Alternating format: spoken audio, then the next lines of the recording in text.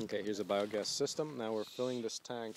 Super sexy. So Dan, tell us about this. So okay, so we've got this has a third of its daily potential gas in it.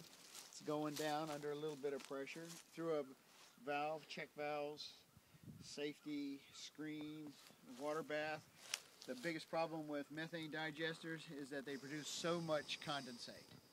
So if your pipes are not perfectly straight up and you're not, then you get little kinks in there and they fill up with water and they block the gas. So this is all designed to not get full of water.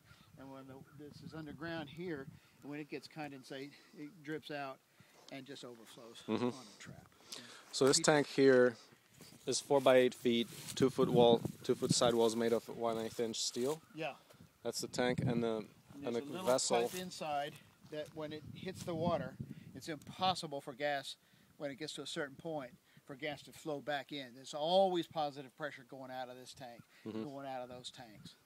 Otherwise, you're going to have a bomb. Yeah, if gas ever gets back in there, flame ever gets back in those tanks, it's going to China.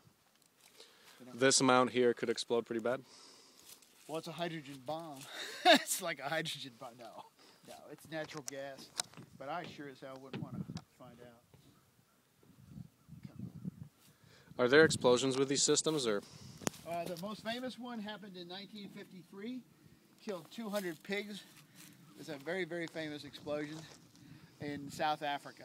Guy had 500 cubic meters of gas, and the African caretaker heard this bubbling sound, and he didn't know what it was, and he went out there with his lantern with an open flame and woke up in New York with 200 pigs dead. It's a great famous story about biogas and not knowing what the hell you're doing. So walk us through this in more detail. Okay, so I'm going to show you how the poop works in a minute. We'll get a bucket of shit and show you how it goes in. But it just flushes in, just like a toilet. This is a septic system. This is a 1,500-gallon septic system. And this thing's floating on top of shit. Grass and cow dung. It could be human shit as well, but human shit does not produce any biogas of any significance. So I've stopped this. You can see now we've got little gas that we can play with, but I can't put it through to there just yet because I got to block it off. But this is just a few minutes of gas. It's uncompressed, so you'll get a chance to get on your little video, a little nice blue flame up there, cooking your tea. Okay, and what kind of container is this? That's a fiberglass septic tank without the top. Obviously, it's inverted in a concrete septic tank. It's like 100-gallon? That's a 500-gallon. That's actually 350 gallons. So it's sticking out only a part. It's about, how deep down is it? Yeah, it's about 4 feet down. Yeah, this thing could come all the way up here. This is not a permanent setup. Obviously, this has to be piped. It has to be set up on solenoids so that when it bumps into the top, it opens the solenoid, which allows the gas to go there. Can't come back here, can't go back there, and just keeps on moving down. In the end, there'll be one more tank here. In the picture that I sent you, you can see this steel tank, but it took so much pressure to get it up, and I just didn't have time to, so it used to be here. So I put this third one, because I make so much gas in the summertime when we're mowing and we're loading it up every day, we just make too much gas to use. We just can't use it all. So why don't you run the generator? Well, I could, yeah, I will, but I didn't. Because for that you'd have to have a larger storage volume. I'd have to have more pressure. I need much more pressure.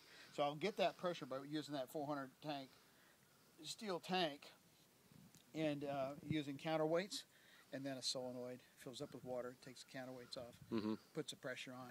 So right now you can run from one of these 500-gallon tanks. How long can you run the generator for? Well, probably half an hour. Probably half an hour. Have you run it that long here, or? About that, yeah. I would say, yeah, yeah. It does work. Yeah. It is natural gas, and you'll see. It's very hot. I ran it through a gas chromatograph to find out, what it was, and it's about 900 BTUs an hour. Tell us about the safety features here and the ways to not get the moisture. Yeah, you don't want to go to China on one of these tanks.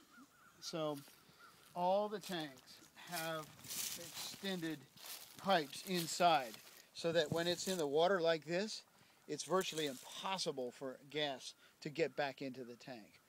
Consequently, when it's losing gas, typically if you're running out of gas and you have a flame at the other end, if it stops and there's an open area in the tank, that's when it's going to blow up, right?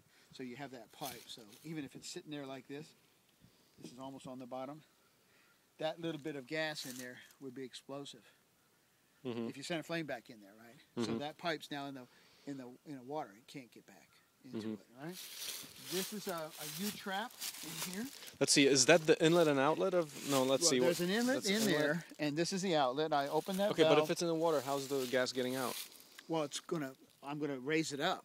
Okay. See, as long as I have a good supply of gas in there, right, then it's all positive pressure, right? It's all going out.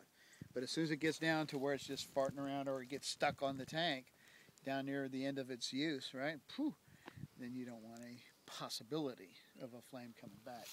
And these all are full of scrubbing pads, brill pads, and so on, so that this line here cannot have a flame. This won't flame back through here. No flame can come back through that. Flame back arrestor, DIY? Yeah, it's a flame arrestor.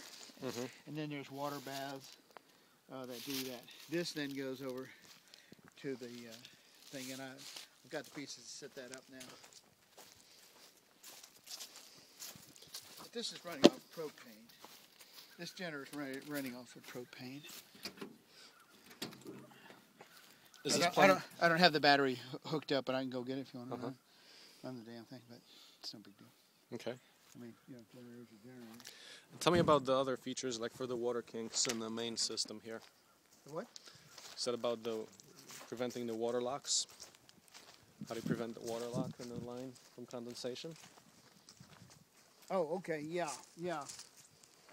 Ultimately, this will all be solid pipe. Obviously, I need to be able to see it. Of course, this is 6 years running now, but you can see that this can't possibly stop up with water. But if it went down and up like that, if there's a little bit of a dip in it, it would fill up with water, and that'd be enough to just start blocking it up if it was real deep. And then, of course, these are all, you can't see this.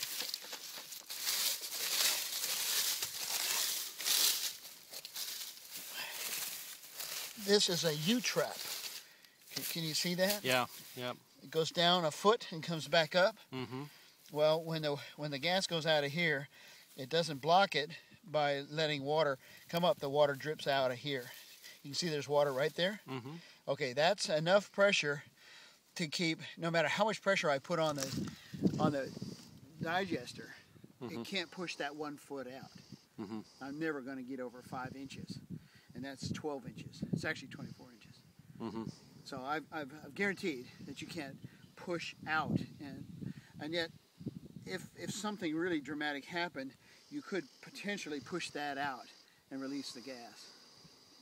So that's an overpressure. It's an relief? overpressure thing, and it's a condensate trap, and it's just constantly recharging itself, and you don't have to maintain it. It's a very nice passive kind of safety feature. Now in winter, does that freeze over, or like we have to protect it in winter? Well, it is. It's pretty much in the ground and under mulch and stuff. It's not frozen. It's not been frozen. I've never had, a crack. So the gas comes out there and then it continues? Yes, it goes out through here, and this is going on a slight slope down to that one, which is another one of these. So any condensate's bubbling out at that end. And there's a check valve. What's the pipe going down here?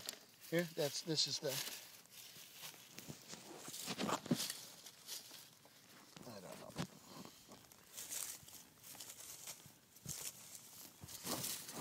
Honestly, don't know. Could be another. It's plugged at the end. Yeah.